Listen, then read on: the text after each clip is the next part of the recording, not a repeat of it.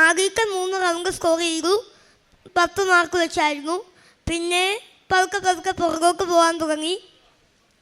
4, 5, 6, 7, 8 round എനിക്ക് 0 mark കിട്ടി. 61 മാർക്കിൽ തന്നെ തുടർന്നു. അപ്പോൾ ഞാൻ എൻ്റെ കയ്യിൽ കാശ് രൂപം ഉണ്ടായിരുന്നു. അത് ഞാൻ മുറുക്കെ പിടിച്ചു.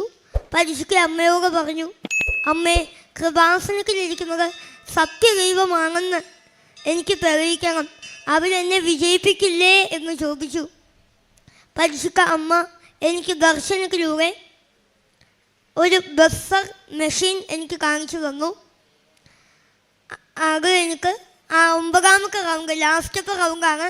അത് ബസർ റൗണ്ടാണ്. അതിന് ആകെ 6 ചോദ്യമുണ്ട്. എല്ലാവരോടും സെയിം ക്വസ്റ്റ്യൻ.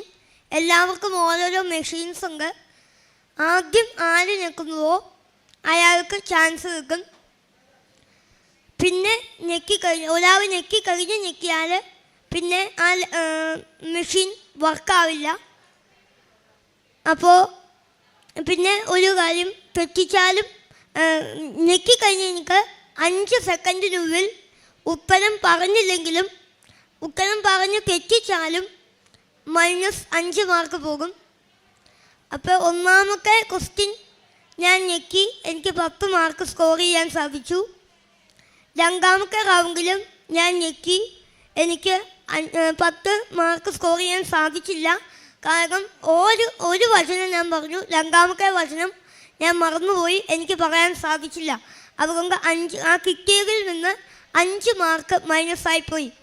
അപ്പോൾ ക്വിസ് മാസ്റ്റർ എന്നോട് പറഞ്ഞു, നിനക്ക് കിട്ടിയ 5 മാർക്കും കൂടെ, നിനക്ക് കിട്ടിയ 10 മാർക്കിൽ നിന്ന് 5 മാർക്ക് നീ കളഞ്ഞല്ലോ എന്ന് പറഞ്ഞു. അപ്പോൾ എനിക്ക് വിഷമമായി. ഞാൻ കൃപാസനം മാതാവിൻ്റെ കാശ് രൂപം മുറുക്കെ പിടിച്ച്